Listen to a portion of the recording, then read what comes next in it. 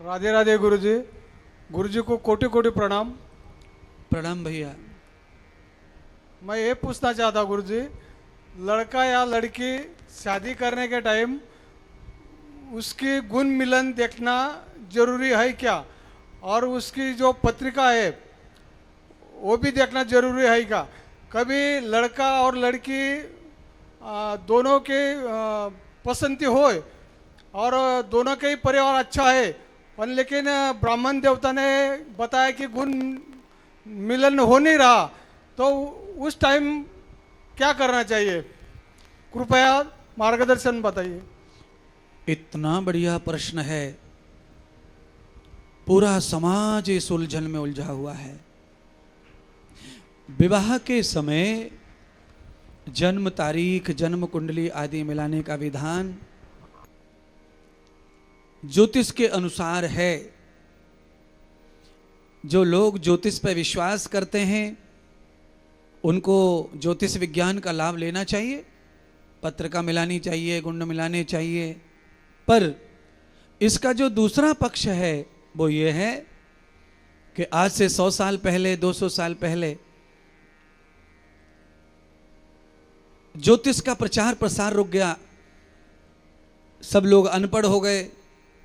उस समय विवाह होते थे, उस समय कोई ज्योतिष नहीं मिलाते थे। मान लो मेरे माता पिता का विवाह हुआ, ज्योतिष नहीं मिलाया। आपके माता पिता का आज से 40 साल पहले, 50 साल पहले विवाह हुआ होगा, तब ज्योतिष नहीं मिलाते थे, कुंडली नहीं मिलाते थे।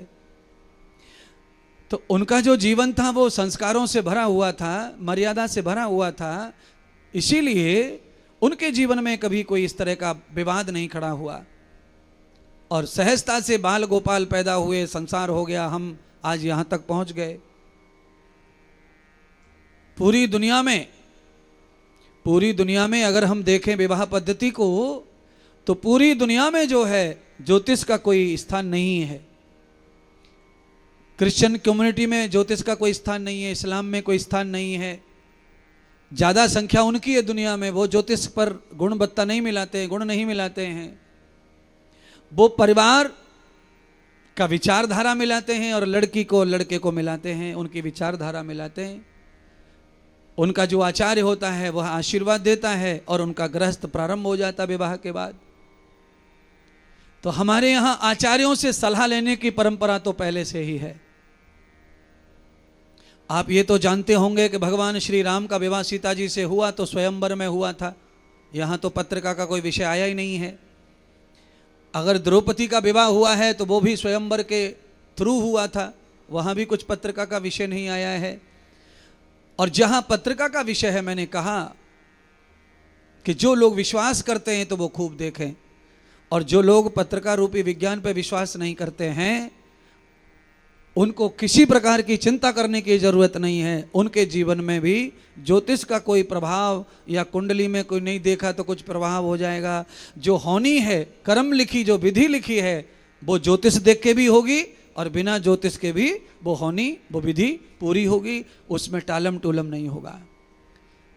आजकल आप देख रहे हैं कि लगभग सभी लोग ज्योतिष देख रहे हैं, सब कुंडली देख रहे हैं, 2-2 महीने, 3-3 महीने में तलाक हो रहे हैं और एक दिन भी सुखी जीवन नहीं जी रहे हैं, एक दिन भी चैन का जीवन नहीं जी रहे हैं।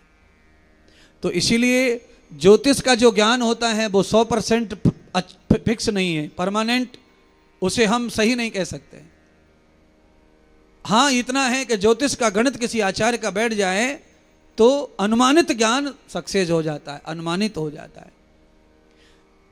तो ज्योतिष में जो चीजें दिखती हैं वो रियल लाइफ में नहीं होती किसी में, और जीवन जो होता है वो रियल होता है, वो ज्योतिष पर टिका हुआ नहीं होता है। जीवन में जो गुण होता है, जीवन में जो व्यवहार होता है, वो बिल्कुल ज्योतिष से हटके जीवन आदमी जी रहा है, जो हम आंखों से, व्यवहार से ही किसी को समझ सकते हैं। आज तक किसी भी ज्योतिष में, कुंडली में विवाह के समय गुण तो मिलने का व्यवहार हो जाता है, पर उस ज्योतिष में ये व्यवहार समझ में नहीं आता कि ये लड़का दारू पीता है, कि ये अंडा खाता है, कि ये दूसरी लड़कियों के साथ में भी संबंध रखता है, ये लड़की कैसी है, इसका संबंध कहाँ कहाँ है, इसके व्हाट्सएप में कहाँ कहाँ नंबर सेव हो रहे हैं, ये ज्योतिष कहाँ बताता है, ये कुंडली कहाँ बता रही है। खाली वो गुण मिलाने वाली जो बात है, मंगल बुध शनि वाली बात है, वो जो गणित है उसको मिलाकर हम संतोष करते हैं। तो जिनको मैं फिर कहूँगा, जिनको विश्वास हो वो मिलाएं, पर अगर कोई नहीं मिलाना चाहता है तो उनका बाल बांका नहीं होगा, उनका केवल ईश्वर भक्ति होनी चाहिए, परम भक्ति होनी चाहिए।